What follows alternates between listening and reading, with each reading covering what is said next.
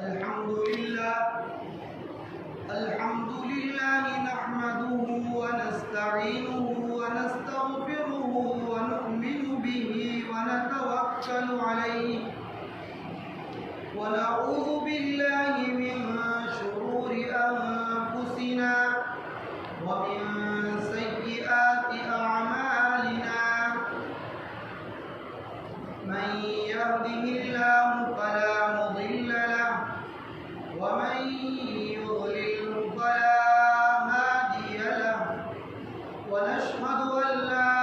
إله إلا الله وحده لا شريك له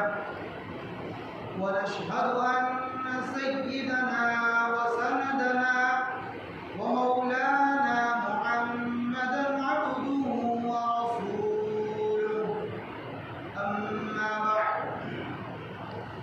عن أبي سعيد الخدري رضي الله تعالى عنه قال قال رسول الله صلى الله عليه وسلم من رأى منكم منكرا فليغيره بيده فإن لم يستطع فبلسانه فإن لم يستطع فبقلبه وذلك أضعف الإيمان أو كما قال رسول الله صلى الله عليه وسلم. محترم و مکرم میرے دینی و ایمانی بھائیوں، واجب الاحترام بزرگوں اور دوستوں،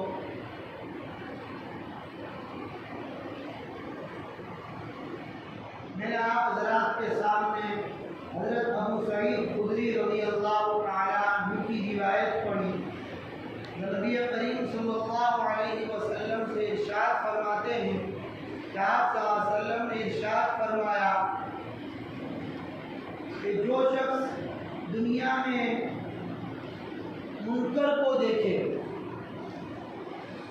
منکر یعنی برائی اور ہر وہ کام جس سے اللہ اور اللہ کا رسول ناراض ہو، منکر اس کو کہتے ہیں جس سے اللہ اور اللہ کے رسول کے خلاف کام ہو. منکر اس کو کہتے ہیں جو اللہ اور اللہ کے رسول کے طریقے کے خلاف، جس سے اللہ اور اللہ کے رسول کو ایذا پہنچے، تکلیف پہنچے، ناراض ہو، اس کام کو، اس فعل کو، اس قول کو منکر کہا جاتا ہے. منکر یعنی برائی. اب کوئی انسان دنیا میں کسی برائی کو دیکھے، چاہے وہ برائی، وہ کام، وہ فعل چھوٹا ہو یا بڑا، چاہے وہ کام چھوٹا ہو یا بڑا، یعنی بڑا گناہ ہو یا چھوٹا گناہ ہو، اس کو منکر ہی کہا جائے گا. اگر اس کام کو کرتے ہوئے دیکھے فَلْيُغَيِّرْهُ بِيَدِهِ، تو انسان کے لیے یہ ضروری بن جاتا ہے، لازم بن جاتا ہے، اس پر ایک ذمہ داری آ جاتی ہے کہ وہ انسان اس کو اپنے ہاتھوں سے روکے،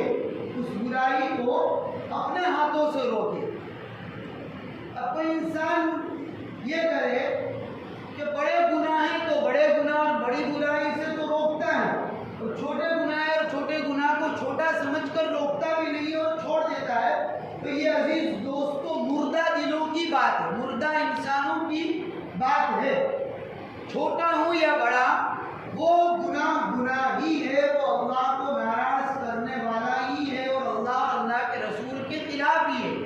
اب منکر کام کو کوئی انسان دیکھے تو اس کو چاہیے کہ وہ اپنے ہاتھوں سے روکے. اب ہاتھ سے روکنے کا کام ہوتا ہے زمانے اور وقت کے بادشاہوں کا، اس کے اختیار میں ہوتا ہے، تو وہ منکر کام کرنے والے کو یا تو سزا دے یا اس کام کو روکے. اور اسی طرح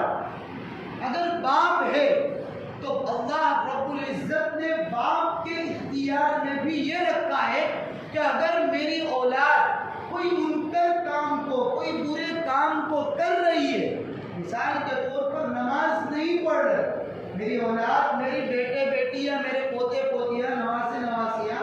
نماز نہیں پڑھ رہے ہیں، تو یہ نماز نہ پڑھنا بھلا مجھے بتلائیے کیا اچھی چیز ہے، اچھا کام ہے؟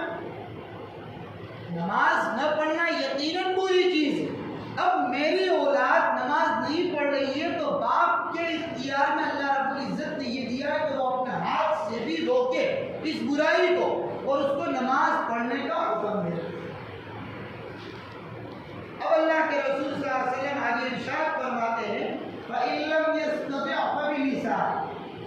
اگر ہاتھ سے نہیں روک سکتا کسی منکر کام کو تو وہ زبان سے اس کام کو روکے، زبان سے اس کام کو بدلے۔ زبان سے یعنی کوئی انسان نماز نہیں پڑھ رہا ہے، روزہ نہیں رکھ رہا ہے، یا کوئی انسان شراب پی رہا ہے، ڈرگس لے رہا ہے، زنا کر رہا ہے، اب یہ سارے گناہ جو ہے وہ بڑے گناہ بھی ہے اور منکر بھی ہے اور اللہ اور اللہ کے رسول کے خلاف ہے، تکلیف پہنچانے والے۔ اب اس کام کو کوئی انسان دیکھتا ہے تو دیکھنے والے کے اوپر یہ لازم اور ضروری آ جاتا ہے کہ وہ اپنی زبان سے اس کام کو روکے، اپنی زبان سے اس سے کہے کہ بھائی یہ جو تم کام کر رہے ہو یہ برائی ہے، اللہ اور اللہ کے رسول کو تکلیف پہنچانے والی ہے، یہ بے حیائی ہے اور یہ پورے معاشرے کو خراب کرنے والی چیز ہے، تم اپنے آپ کو اس سے بچاؤ اور اس سے چھوڑو۔ یہ زبان سے روک سکتا ہے۔ اگر زبان سے بھی روکنے کی اور زبان سے بھی بدلنے کی طاقت نہیں ہے فَإِن لَّمْ يَسْتَطِعْ فَبِقَلْبِهِ، تو کیا کریں؟ وہ اس برے کام کو اپنے دل کے اندر دیکھتے ہی برا سمجھے۔ فَإِن لَّمْ يَسْتَطِعْ فَبِقَلْبِهِ، یہ اللہ کے رسول صلی اللہ علیہ وسلم کے الفاظ ہے کہ بھائی میں اپنے ہاتھ سے بھی نہیں روک سکتا ہوں کسی برائی کو، کسی کے اندر دیکھا اپنے ہاتھ سے بھی نہیں روک سکتا، میں اپنی زبان سے روک سکتا، تو کم سے کم اس کا درجہ یہ ہے کہ انسان اپنے دل کے اندر برا سمجھے اس فعل کو، اس قول کو، اس عمل کو۔ وَذَلِكَ أَضْعَفُ الْإِيمَانِ، یہ ایمان کا کمزور میں کا کمزور درجہ ہے، یعنی کمزور ہوگا۔ آخری درجے کا ایمان یہ ہے کہ بھائی دل میں اس کو برا سمجھے۔ یہ جملہ اس بات کی طرف اشارہ کر رہا ہے اور کتابوں میں بھی آتا ہے کہ اگر انسان منکر کام کو، برے کام کو کرتے ہوئے دیکھے اور آخری درجے کا جو کام ہے وہ بھی اگر نہیں کرتا، یعنی مثال کے طور پر میری اولاد ہے، میری اولاد نماز نہیں پڑھ رہی ہے، میں اس کو برا بھی نہیں سمجھ رہا ہوں، نہ نماز کے لیے کہہ رہا ہوں، نہ اس کو برا سمجھ رہا ہوں۔ میری اولاد جو ہے وہ زنا کر رہی ہے، جوا کھیل رہی ہے، شراب پی رہی ہے، بیچ سڑک پر راستوں بازاروں میں گالیاں بک رہی ہے، یعنی اللہ اور اللہ کے رسول کے خلاف کام کر رہی ہے اور میرے دل میں اس کی برائی اور اس کا برا آتا ہی نہیں، تو یہ آخری جملہ جو ہے وہ اس بات کی طرف اشارہ کر رہا ہے کہ یہ شخص جو برا نہیں سمجھ رہا ہے، یعنی کچھ بول نہیں رہا ہے، برا نہیں، وہ شخص برائی پر خوش ہے، راضی ہے، رضا علی المعاصی، کہ بھائی گناہ پر وہ راضی ہے۔ میری اولاد نماز نہیں پڑھنے جا رہی ہے، میں اس کو کہہ نہیں رہا ہوں اور برا بھی نہیں سمجھ رہا ہوں، مطلب میں اس بات کو مانتا ہوں کہ یہ بری چیز نہیں ہے اور میں خوش ہوں گناہ پر۔ میری اولاد، میرے بیٹے یا میرے پڑوسی یا میرا معاشرہ گناہ کر رہا ہے، برائی میں مبتلا ہے، میرے دل میں برا خیال نہیں آ رہا، گویا میں اس پر خوش ہوں، میں اس پر خوش ہوں۔ اللہ کے رسول صلی اللہ تعالی علیہ وسلم فرماتے ہیں کہ ایسے انسان کو اللہ تبارک و تعالی اس کے نامہ اعمال میں اتنا ہی گناہ لکھیں گے جتنا گناہ منکر اور کرنے والا کر رہا۔ ایک انسان گناہ اور منکر کام کو کر رہا ہے، بجا لا رہا ہے، اس کو جتنا گناہ ہوگا اتنا ہی گناہ اور اتنا ہی گناہ اس کے نامہ اعمال میں لکھا جائے گا اس شخص کے جو اس گناہ کو برا بھی نہ سمجھے۔ ہمارے سامنے واقعات موجود ہیں جب اللہ تبارک و تعالیٰ نے حضرت جبرائیل امین کو حکم دیا کہ فلاں بستی کے اندر جاؤ اور اس بستی کو اٹھا دو آسمان کی طرف، اس کو پلٹ دو، اوپر لے جاؤ اور اس کو الٹا کر دو۔ یہ ہمارے لیے عزیز دوستو سننا آسان ہے، مجید کو پڑھا جائے، قرآن مجید کے ترجمے کو پڑھا جائے، قرآن مجید کے ترجمے کو اور اس کے معنی کو سمجھا جائے۔ یہ قرآن کریم کوئی واقعے کی کتاب نہیں ہے، کوئی اسٹوری کی کتاب نہیں ہے، بلکہ یہ قرآن مجید جو ہے وہ عبرت لینے کے لیے اور وہ نصیحت حاصل کرنے کی ایک کتاب ہے۔ اس میں جو پچھلی قوموں کے اوپر جو اللہ تبارک و تعالیٰ کے دردناک اور خطرناک عذاب نازل ہوئے تھے، اس عذاب کو پڑھ کر اور کیسے عذاب ان پر آئے تھے اس کو سمجھ کر ہمیں عبرت لینی ہے، اور ان کے کیا کام تھے اس کام کو اگر ہمارے اندر پائے تو اس کو چھوڑنا ہے۔ یہ عبرت اور نصیحت حاصل کرنے کی کتاب ہے۔ قرآن مجید میں اللہ تعالیٰ نے پہلی قوموں کے حالات اور ان کے اوپر آنے والے عذاب کو بیان کیا ہے۔ اسی طرح اس قوم کے بارے میں بخاری شریف میں یہ واقعہ لکھا ہے کہ اللہ نے جبرائیل سے کہا کہ اس کو آسمان کی طرف لے جاؤ اور پلٹ دو، کیونکہ وہ گناہ کے اندر اور زیادہ بڑھ چکی تھی، حد تجاوز کر چکی تھی گناہوں کے کام میں۔ جبرائیل نے کہا کہ اللہ، اس بستی کے اندر تیرا ایک عبادت گزار بندہ بھی ہے جو ایمان والا ہے، کیا اس کو بھی انہی کے ساتھ پلٹ دیا جائے؟ اللہ نے کہا کہ ہاں، اسی کو بھی ان کے ساتھ پلٹ۔ پھر واپس جبرائیل نے حدیث کے میں الفاظوں کا اور جملوں کا ترجمہ کر رہا، جبرائیل نے واپس اللہ سے کہا کہ باری تعالیٰ وہ ایمان والا تیرا بندہ ہے اور وہ پوری رات تیرے سامنے کھڑا رہتا ہے۔ قیام، لفظ قیام کا کہ پوری رات قیام میں وہ کھڑا رہتا ہے، اتنا عبادت گزار اللہ والا اور ولی اللہ ہے، کیا اس کو بھی اسی کے ساتھ پلٹ دیا جائے؟ اللہ تعالیٰ کہہ رہے کہ ہاں، اسی کو بھی انہی کے ساتھ پلٹ دیا جائے۔ کیوں؟ اس لیے کہ وہ ایمان تو لے آیا، اس نے اعمال کو تو بچا لایا، لیکن جو اس کی بستی کے اندر گناہوں کے اندر تھے، جو گناہ ہو رہے تھے، نہ اس نے روکنے کی ہمت کو جتایا، نہ اس نے اپنی زبان سے اس برائی اور اس گناہوں کو روکا، یہاں تک کہ اس شخص نے اپنے دل میں اس کو برا بھی نہیں سمجھا۔ اس لیے اس شخص کو انہی کے ساتھ پلٹ دیا جائے، اور دنیا کے اندر آنے والا جو عذاب ہوتا ہے اللہ تعالیٰ ہر ایک کے ساتھ وہی عذاب رکھتے ہیں۔ آخرت میں اللہ تعالیٰ اس کے ایمان اور اعمال صالحہ کا بدلہ الگ دیں گے، لیکن دنیا میں آنے والا جو عذاب ہوگا اس کے ساتھ اسی کو بھی پلٹ دیا جائے، اور وہ ایسا ہی۔ عزیز دوستو، ہمارے اندر جو یہ بات ہے کہ ہم کسی انسان کو، کسی شخص کو گناہ اور برا کام کرتے ہوئے دیکھتے ہیں تو ہم چھوڑ دیتے ہیں، یہ کام نہیں ہے۔ برے کاموں سے روکنے والا اور اچھے کاموں کا حکم دینے والا یہی کامیاب لوگ ہیں، یہی ایمان لائے، اعمال صالحہ کو بجا لائے، اس کے ساتھ ساتھ برائی سے بھی روکے اور اچھے کاموں کا حکم دے، یہی لوگ کامیاب ہیں۔ قرآن مجید کی ایک چھوٹی سی سورت اس بات کی طرف اشارہ کر رہی ہے، وَالْعَصْرِ إِنَّ الْإِنسَانَ لَفِي خُسْرٍ۔ اللہ تعالیٰ زمانے کی قسم کھا کر فرماتے ہیں کہ سارے کے سارے انسان خسارے میں۔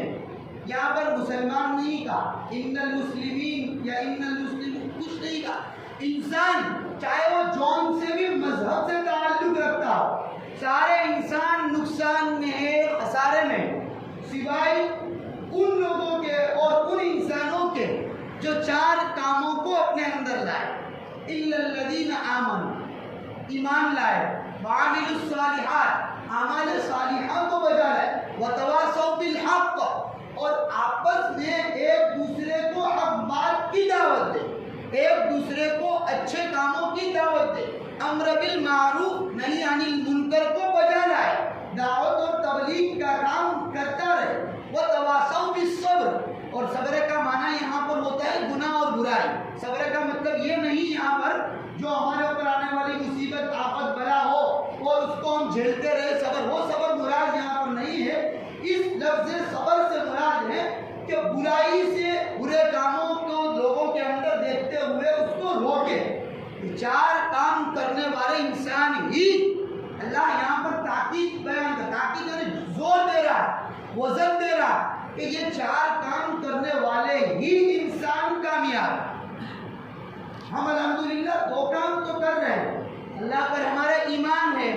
اور اعمال صالحہ کر رہے ہیں، نماز پڑھ رہے ہیں،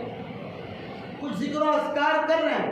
لیکن دو کام ہم سے چھوٹے ہوئے ہیں، وَتَوَاصَوْا بِالْحَقِّ وَتَوَاصَوْا بِالصَّبْرِ۔ یہ دو کام اس وجہ سے چھوٹ رہے ہیں عزیز دوستو، اگر کوئی انسان کو ہم برے کام کرتے ہوئے دیکھتے ہیں، کسی انسان کو ہم نے دیکھا کہ وہ برے کام یا گناہ کے اندر ملوث ہے، تو ہم اس لیے رکے ہوئے ہیں کہ اگر اس کو کہنے جائیں گے تو اس کو تکلیف ہو، اگر اس کو کہنے جائیں گے تو اس کا دل ٹوٹے گا، اگر اس سے کہا تو ہمارا آپس کا جو تعلق ہے وہ تعلق ختم ہو جائے گا، ہمیں اس کی طرف سے جو آمدنی اور آوک آ رہی ہے وہ بند ہو جائے گی، ایسے اسی طرح جو کچھ بھی ہو۔ لیکن ہمارا یہ رجحان اور یہ ذہن بنا ہوا ہے کہ کسی انسان کو دیکھ کر، گناہوں میں دیکھ کر یہی خیال آتا ہے کہ بھائی اس کو کہنے جائیں گے تو اس کا دل ٹوٹ جائے گا، وہ ناراض ہو جائے گا۔ میرے عزیز دوستو، ہمیں اس بات کی پرواہ ہے کہ انسان کا، کسی شخص کا دل ٹوٹے، اس کی تو پرواہ ہم نے کر لی، لیکن اللہ تبارک و تعالیٰ کا حکم ٹوٹے اس کی ہمیں ذرہ برابر بھی پرواہ نہیں۔ کہ آج میرا اور آپ کا حال یہی ہے، کوئی انسان کسی گناہ کے اندر ملوث ہے، میں دیکھ رہا ہوں کہ وہ انسان بیچ سڑک پر گالیاں بک رہا ہے یا غیبتیں کر رہا ہے، 4-5 شخص جمع ہو کر غیبتوں کو عام کر رہے ہیں، اس کی اور اس کی ایران قرآن کی باتوں کو بیان کر رہا ہے، میں نے تو برا سمجھ رہا ہوں، اور اگر سمجھ بھی رہا ہوں تو یہ سمجھتا ہوں بھائی اس کو کہنے جائیں گے تو یہ برا سمجھے گا۔ ہمیں یہ خیال نہیں آتا کہ اللہ اور اللہ کے رسول کا دل ٹوٹ رہا ہے، یہ ہمیں خیال نہیں آ رہا۔ آج میرا اور آپ کا ایمان یہ ہے اور میرا اور آپ کا حال یہ ہے عزیز دوستو کہ آج اللہ کا حکم ٹوٹ رہا ہے، اس کی پرواہ نہیں ہے، اور جن لوگوں کا دل ٹوٹے گا اس کی ہمیں پرواہ ہے۔ اس لیے عزیز دوستو، اللہ تعالیٰ اس چھوٹی سی صورت میں فرما رہے ہیں کہ بھائی اللہ لوگوں کا دل ٹوٹے تو بھلے ٹوٹے، لوگوں کا دل ٹوٹے، لوگوں کو برا لگے تو برے لگے، لیکن اللہ اور اللہ کے رسول کا دین اور ان کے طریقے اور ان کے بتائی ہوئی دین اور تعلیم اور ان کا اسلام نہیں ٹوٹنا اور نہیں چھوٹنا چاہیے۔ اصل میں وجہ اس کی یہ ہوتی ہے کہ آج ہماری دعوت اور تبلیغ جو ہونی چاہیے، دعوت اور تبلیغ کا مطلب یہ ہے سمجھانے کا جو طریقہ، آج ہمارا طریقہ اسپین چڑھا کر ہوتا ہے، یا ہمارا دعوت اور تبلیغ کا کسی کو سمجھانے کا طریقہ یہ ہوتا ہے پیشانی پر بل لا کر یا غصے کے ساتھ یا گالی گلوچ کے ساتھ یا برے الفاظ کے ساتھ دوسروں کو نصیحت کرنا ہوتا ہے۔ اس طریقے سے سمجھانا یہ صحیح نہیں۔ قرآن نے کس طرح سے دعوت اور تبلیغ بھی کر لی ہے، برے کام سے کسی کو کس طرح روکنا ہے اس کی بھی تعلیم نہیں۔ ادعو الی سبیل ربک بالحکمۃ والموعظۃ الحسنہ، اللہ تبارک و تعالیٰ نے تعلیم دی ہے کہ آپ کے رب کے راستے کی طرف تم دعوت اور تبلیغ کرو، اس بالحکمہ، کیسے؟ حکمت کے ساتھ، والموعظۃ الحسنہ، اور اچھی نصیحت کر کے، اچھی تقریر کر کے، اچھا بیان کر کے، اچھی بات بول کے۔ کوئی منکر کام کر رہا ہے، گناہوں کے کام میں ملوث ہے، تو اس کو حکمت سے سمجھا کر اس سے منکر کام کو چھڑوا کر اچھے اعمال پر لانا یہ ہماری ذمہ داری ہے، اور یہ قرآن نے سکھایا۔ اللہ کے رسول صلی اللہ تعالیٰ علیہ وسلم کے اور صحابہ کے اور ہمارے اکابر کے واقعات کو پڑھیں گے تو پتہ چلے گا کہ منکر کام کو حکمت سے اور اچھی نصیحت سے کس طرح سلجھایا اور سمجھایا، کس طرح سلجھایا اور سمجھایا۔ ایک شخص آپ صلی اللہ تعالیٰ علیہ وسلم کے پاس بیعت ہونے کے لیے آیا اور اس شرط پر بیعت ہونے کے لیے کہا کہ میں اس شرط پر بیعت ہوتا ہوں کہ میں بیعت ہونے کے بعد زنا کو نہیں چھوڑوں گا۔ کیا لفظ؟ میں ہمیں کچھ اس کا اندازہ نہیں ہے، وہاں پر صحابہ کرام موجود تھے، کھلبلی مچ گئی آپس کے اندر،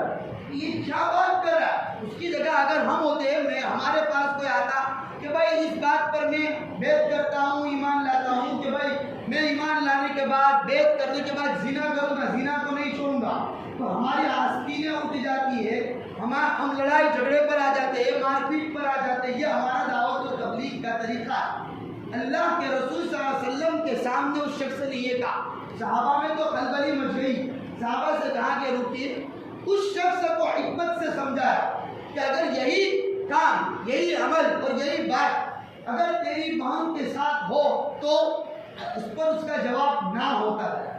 ایسے اللہ کے رسول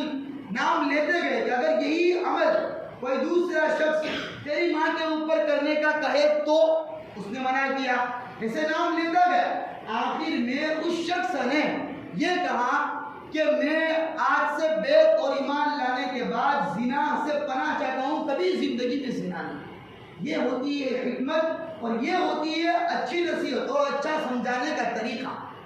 اسی طرح اللہ کے رسول صلی اللہ علیہ وسلم کے پاس ایک عورت آئی،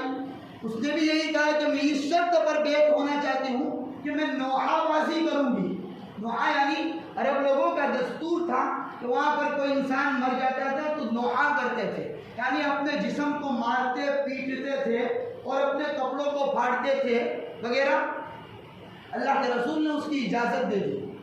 صحابہ میں کھلبلی مچ گئی کہ یا رسول اللہ، یہ تو آپ نے ہمیں حرام بتلایا ہے، ناجائز ہے نوحہ کرنا، کیوں آپ نے اس کو اجازت دی، کیا وجہ ہے؟ صحابہ کے دل ایسے صاف تھے اور صاف، یعنی جو کچھ بھی بات دل میں آ جاتی تھی فوراً کہتے تھے، فوراً سوال کرتے تھے۔ ہماری طرح نہیں ہوتے تھے کہ دل میں سوال رکھا اور دل میں بات رکھی اور وہ ہوا میں نکل گئی۔ صحابہ سے رسول اللہ صلی اللہ علیہ وسلم نے کہا کہ میں دنیا کے اندر لوگوں کو جہنم سے بچانے کے لیے آیا ہوں، اور میرا امتی اگر اس کو میں اس بات کی اجازت نہ دیتا، اس عورت کو اس بات کی اجازت نہ دیتا تو وہ ایمان نہ لاتی۔ اب ایمان نہ لاتی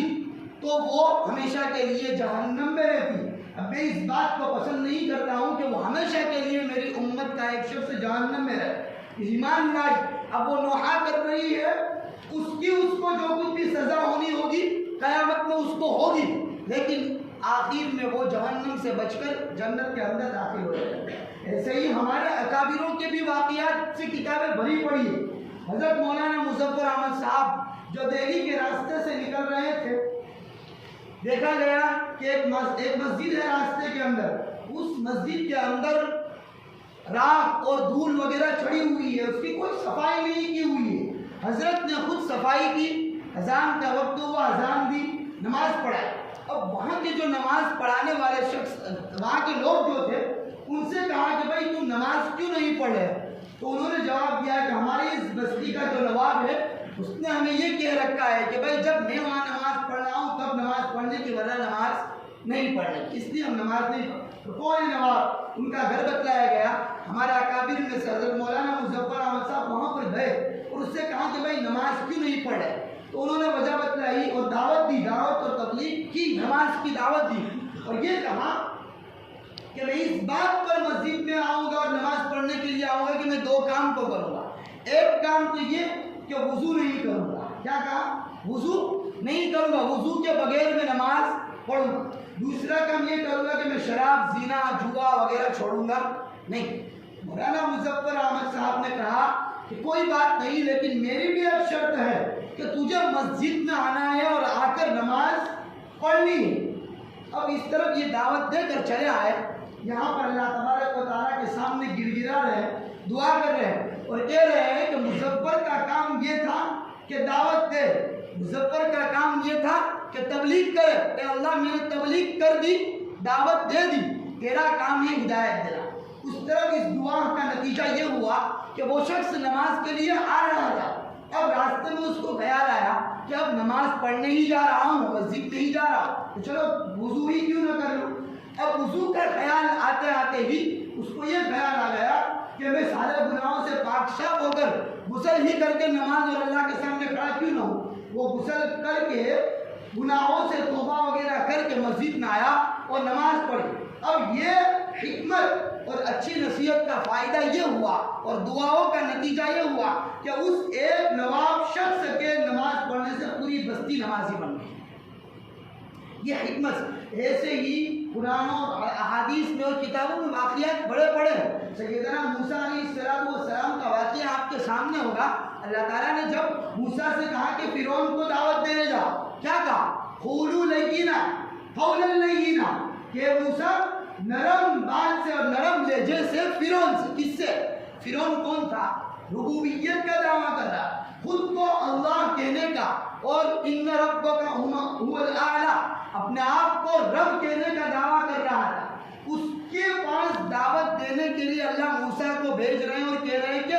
نرم مزاج کے ساتھ، نرم گفتگو کے ساتھ دعوت دینا۔ موسیٰ کہہ رہے ہیں کہ یا رسول اللہ، یا اللہ، اس نے تو ربوبیت کا دعویٰ کیا ہے، اس سے کیسا نرم گفتار اور نرم مزاج اور نرم بات؟ اللہ نے کہا کہ موسیٰ تو نے اس کے گھر کا نمک کھایا ہے، تو نے اس کے گھر کا، وہاں پر حضرت موسیٰ علیہ السلام کی پرورش ہوئی، نمک کھایا ہے، اور نمک جس نے کھایا ہو وہ نمک حرامی نہیں کرتا ہے۔ حضرت موسیٰ علیہ السلام نے ان کو نرم ہی بات میں اور نرم ہی لہجے میں دعوت دی۔ یہاں پر حضرت مولانا شفیع صاحب نور اللہ مرقدہ فرماتے ہیں، معارف القرآن جنہوں نے لکھی کہ موسیٰ سے بڑا کوئی دنیا کے اندر داعی نہیں رہا، اور فرعون سے بڑا کوئی دوسرا فرعون دنیا کے اندر نہیں رہا، اور ہم لوگ موسیٰ سے بڑھ کر نہیں ہیں، اور ہم جن لوگوں کے پاس دعوت و تبلیغ کے لیے جا رہے ہیں، جن لوگوں کے پاس اللہ اور اللہ کے رسول کی بات بتلانے کے لیے جا رہے ہیں، وہ کوئی فرعون سے بڑا گنہگار اور فرعون سے بڑا کوئی فرعون نہیں ہے۔ تو بطریق اولا ہمارے اوپر یہ ذمہ داری آتی ہے کہ ہم کسی کے بھی ساتھ دعوت اور تبلیغ کا کام کریں تو حکمت کے ساتھ، نرم لہجے کے ساتھ اور اچھی نصیحت کے ساتھ اس کو دعوت کی تبلیغ اور دعوت دیا ہے۔ اور دوسری بات جو حدیث ہم نے پڑھی، من رأى منکم منکرا فلیغیرہ بیدہ فإن لم یستطع فبلسانہ فإن لم یستطع فبقلبہ وذلک اضعف الایمان۔ عزیز دوستو، آج ہمارے نوجوان طبقوں کے اندر یہ جو موبائل کے زمانے کے اندر جو اسٹوری وغیرہ، اسٹیٹس وغیرہ رکھنے کی جو بیماری چل پڑی ہے، میرے عزیز دوستو، خود تو گناہ کر رہے ہیں، دوسرے جس کے موبائل کے اندر یہ اسٹوری اور یہ اسٹیٹس جا رہے ہیں، عزیز دوستو، ان کا بھی گناہ ہم اپنے سر پر لے رہے ہیں، ان کا بھی گناہ ہم اپنے سر پر لے رہے ہیں، اور اس پر ہمارا بڑا بھائی یا ہمارا باپ وہ بھی اس اسٹوری اور اس اسٹیٹس کو اور گھر میں آنے والی جو رنگ ٹون ہوتی ہے وہ بھی گانے ہوتے ہیں، اس پر بھی ہمارے باپ کو کچھ اس پر پرواہ نہیں ہوتی ہے اور اس کی کوئی خبر نہیں ہوتی ہے۔ یقیناً یا عزیز دوستو، اس حدیث کے الفاظ کے اوپر ہم غور کریں کہ یہ سارے کام کرنے والے کو جتنا گناہ ہوتا ہے اتنا ہی گناہ سننے والے کو بھی ہوتا ہے، اور سننے والا اگر اس کو برا نہیں سمجھتا تو اتنا ہی گناہ اس کے نامہ اعمال میں لکھا جاتا ہے جتنا گناہ وہ کرنے والا گناہ کر رہا ہے۔ اللہ تبارک و تعالیٰ کئی سنی باتوں پر عمل کرنے کی توفیق عطا فرمائے، اور ہمیں امر بالمعروف اور نہی عن المنکر کرنے کی توفیق عطا فرمائے۔ وأقول قولي هذا واستغفر الله لي ولكم۔